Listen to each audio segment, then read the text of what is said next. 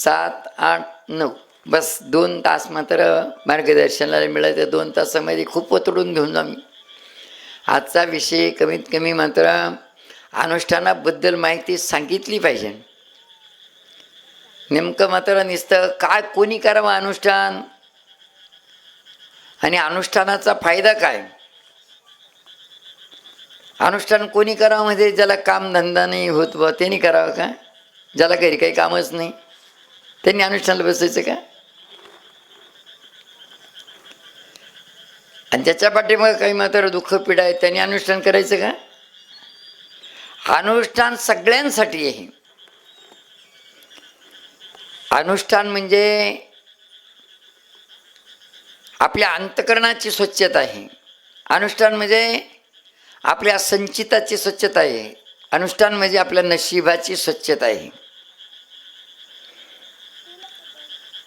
प्रत्येकजण मात्र आपल्या जीवनामध्ये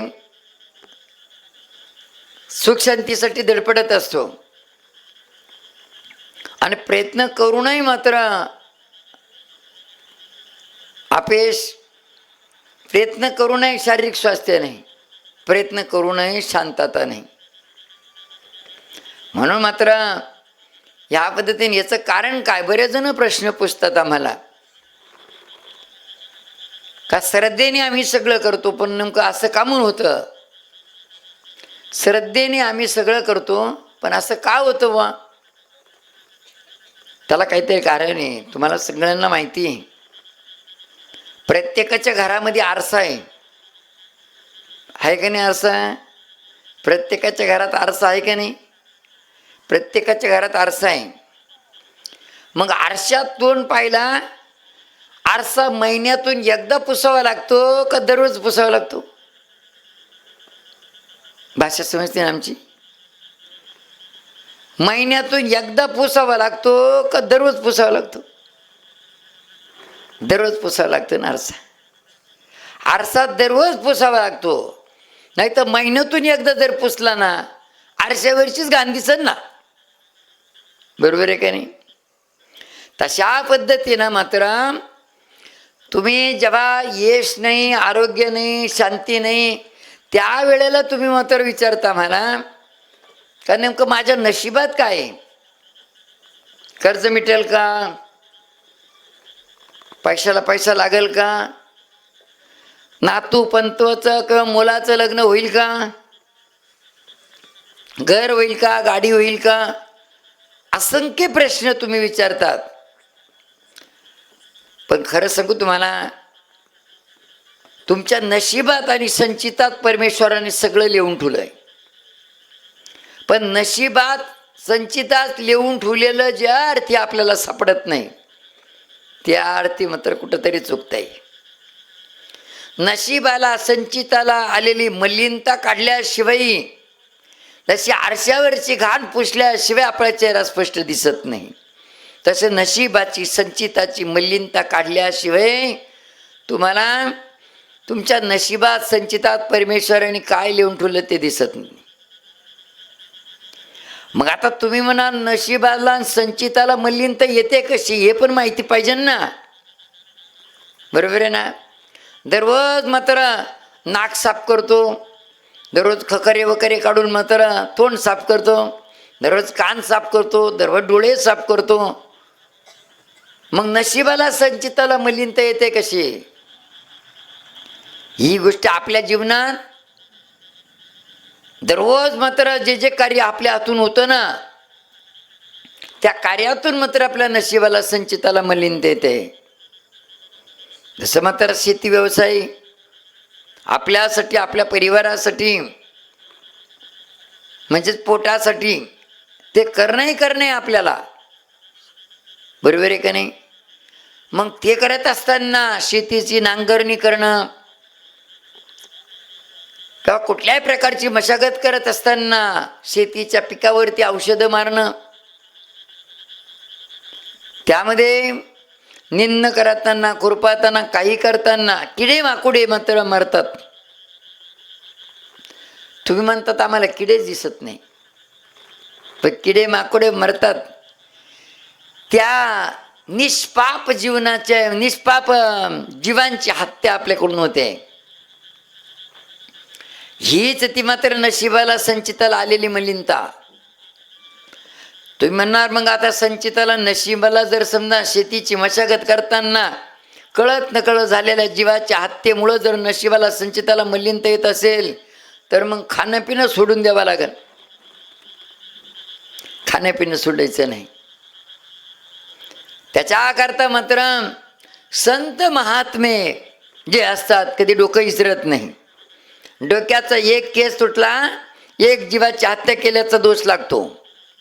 कधी दात घसत नाही, दात घसले तरी पण दोष लागतो. परंतु ह्या गोष्टी मात्र तुम्हाला नाही. तुम्ही अनुष्ठानात जे नियम पाळतात ना ते नियम मंत्र साधू संत ऋषी मुनी दररोज पाळतात, म्हणून त्यांना अनुष्ठान करण्याची गरज नाही. आणि बाबाजींनी विधीत सांगितल्याप्रमाणे गुरु वाक्यम सदा सत्यम एकम परमपदम, अखंड भगवंताचं नामस्मरण त्यांच्या मुखात असतं. पण आपण वेळा काळालाच फक्त सकाळी आंघोळ करून देवाच्या समोर बसलं तेवढंच पत्र देवाचं नाव राहतं. कांदे लावायला गेलं काही वेगळीच गुणगुण, कांदे निंदताना वेगळी गुणगुण. गुणगुण माहिती, कांद्याला पाणी भरताना वेगळीच गुणगुण, कांदे काढताना वेगळीच गुणगुण. तुम्ही पहा ना, याचे त्याचे उटळे कुटळे. माता वगैरे म्हणते बा बोलता बोलता लय लांब लागलं बाई, निंता निंता बोलता बोलता उटळे कुटळे करता करता त्याचं आसन याचं तसं ते. तुम्ही पहा फक्त ते कांदे काढताना वेगळी गुणगुण, कांदे खांडताना वेगळी गुणगुण. मग ट्रॅक्टर भरलं का मग होते देवा पाय भर का.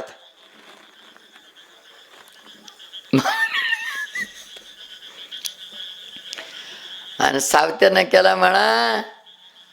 आणि सावता महाराज काम करताना म्हणत होते कांदा मुळा भाजी नावकी विठाबाई माझी, लसूण मिरची कोथिंबीरीन अवघा झाला माझा हरी.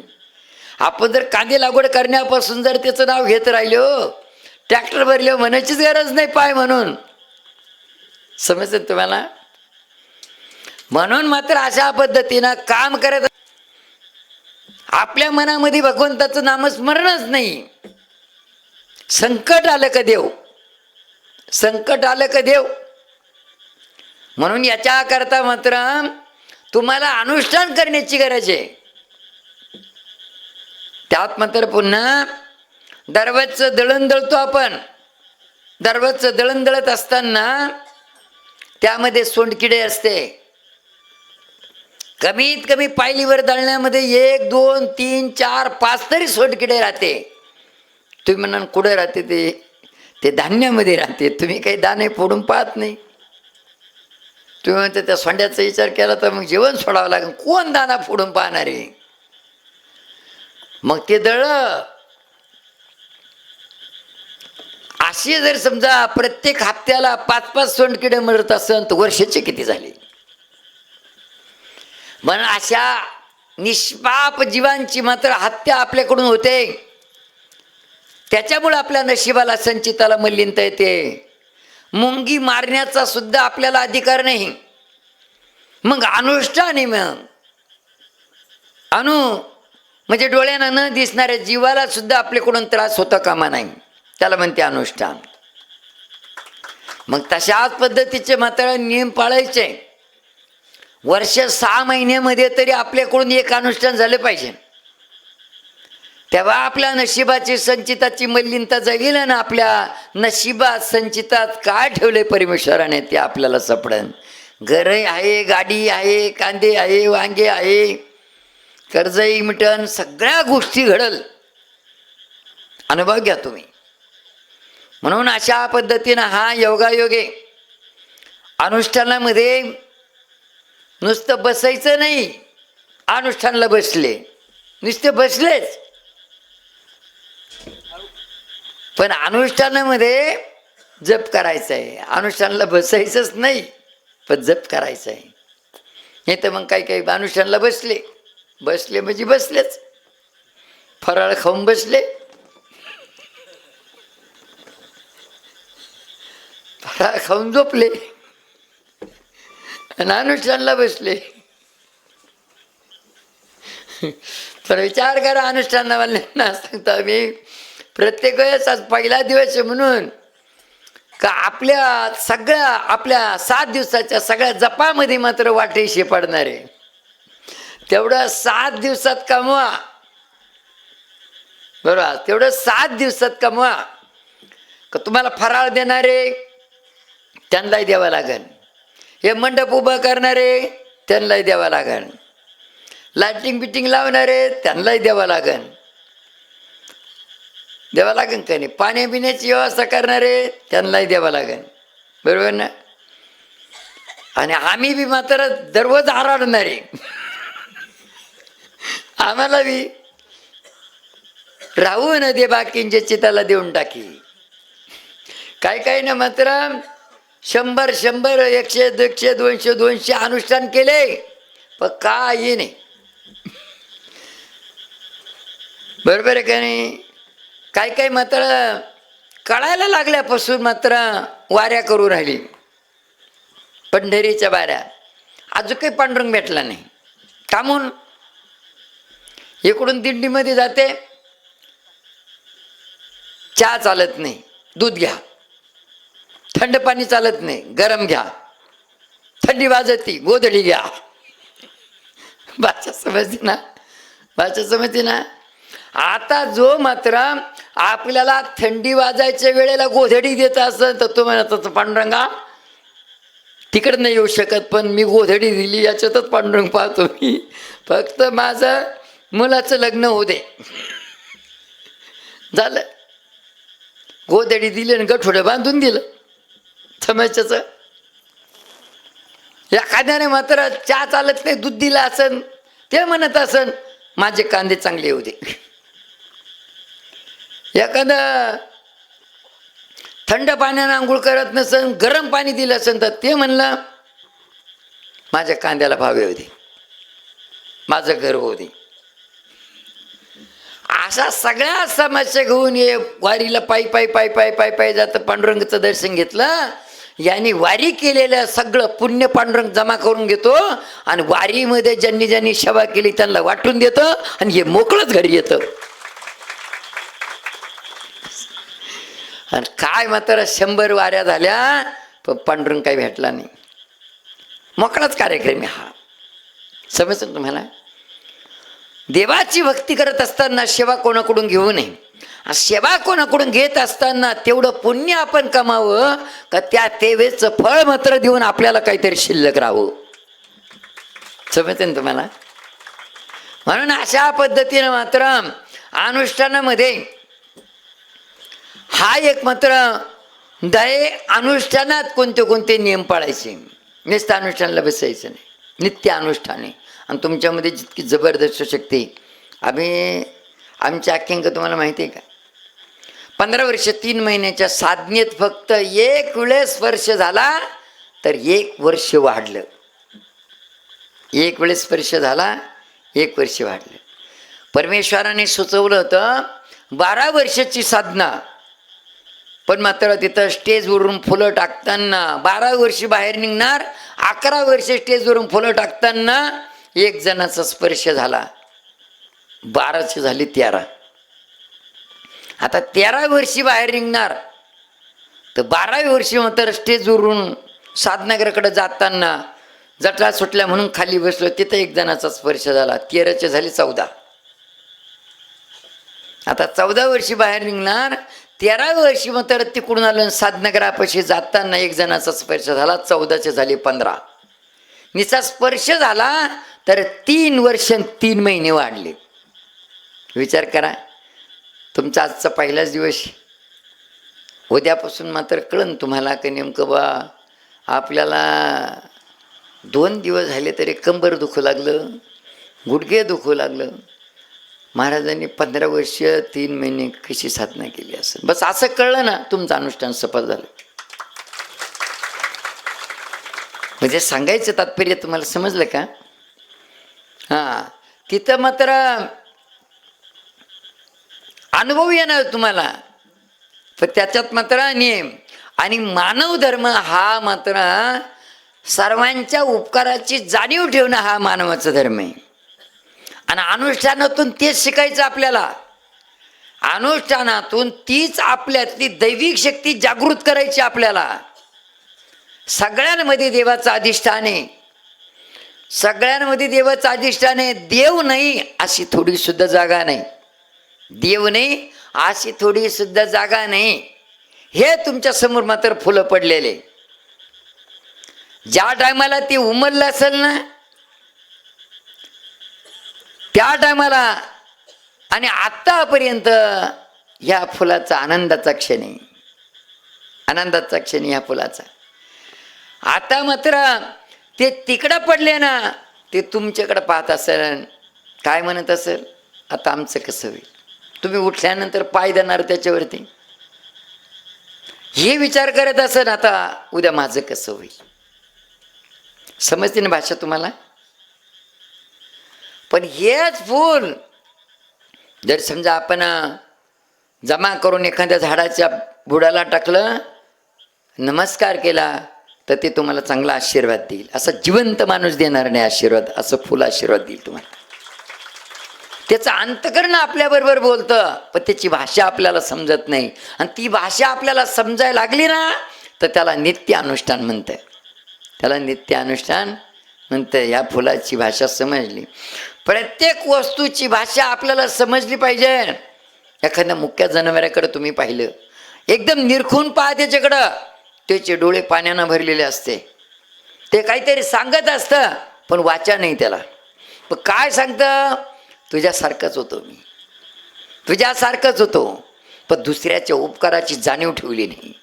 फक्त उपकारच करून घ्यायचे, उपकारच करून घ्यायचे, उपकारच करून घ्यायचे. पण उपकार करून घेता घेता हे 4 पायाचं जनावर म्हणून मला जन्म मिळाला, त्या उपकाराची फेर काढण्याकरता असं काहीतरी सांगतं ते आपल्याला, पण आपल्याला भाषा कळाना.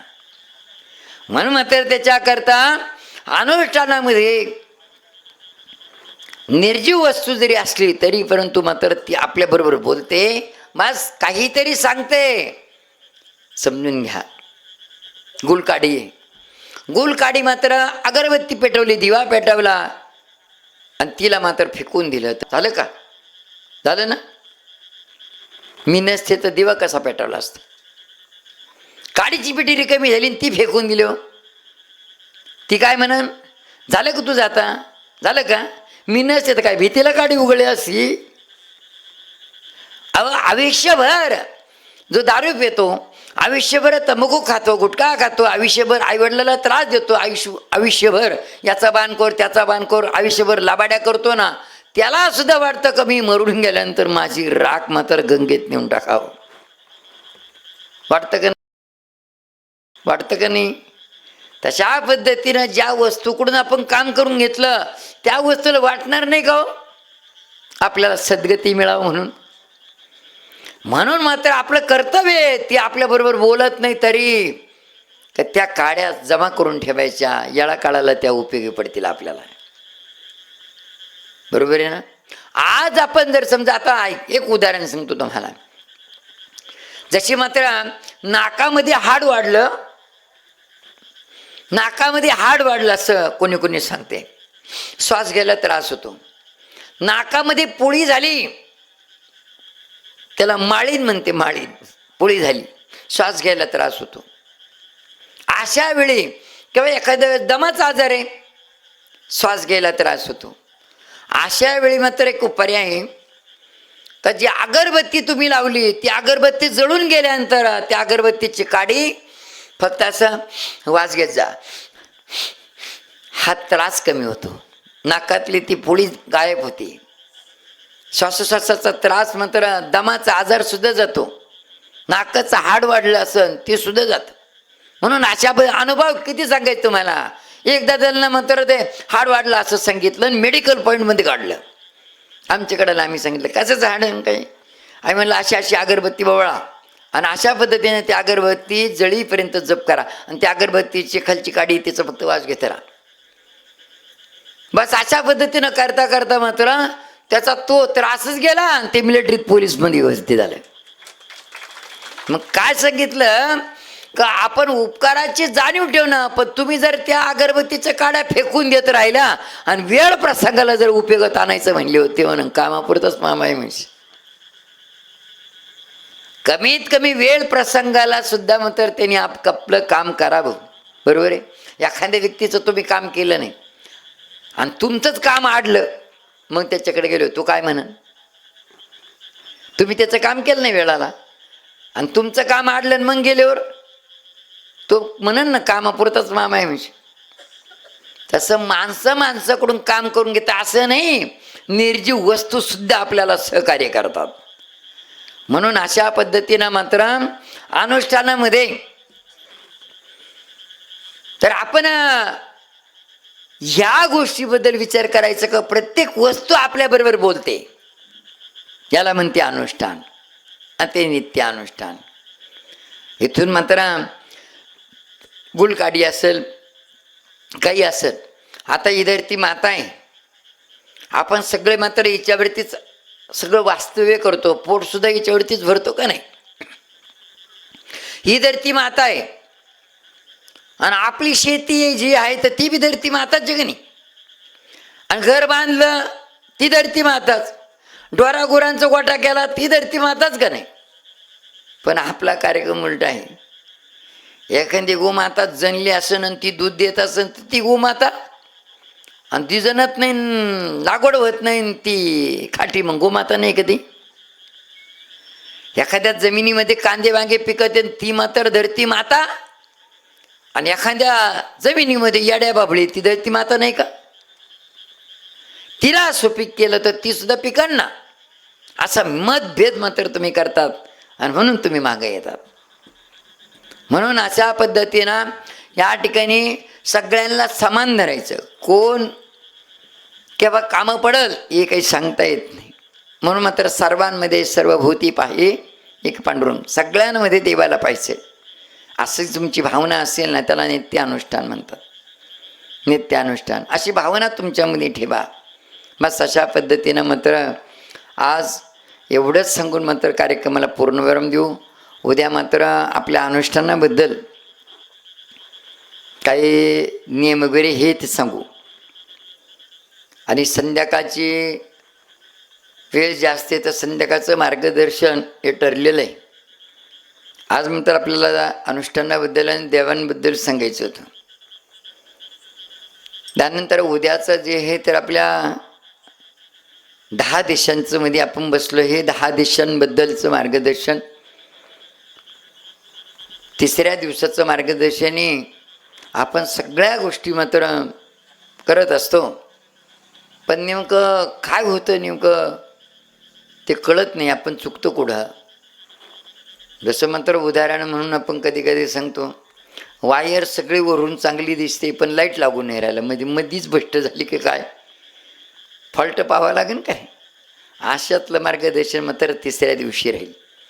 चौथ्या दिवशी आपल्या शेती व्यवसायाबद्दल आणि 5व्या दिवशी शारीरिक स्वास्थ्याबद्दल, 6व्या दिवशी मात्र सगळ्या आजाराबद्दलची विधी मार्ग सांगू.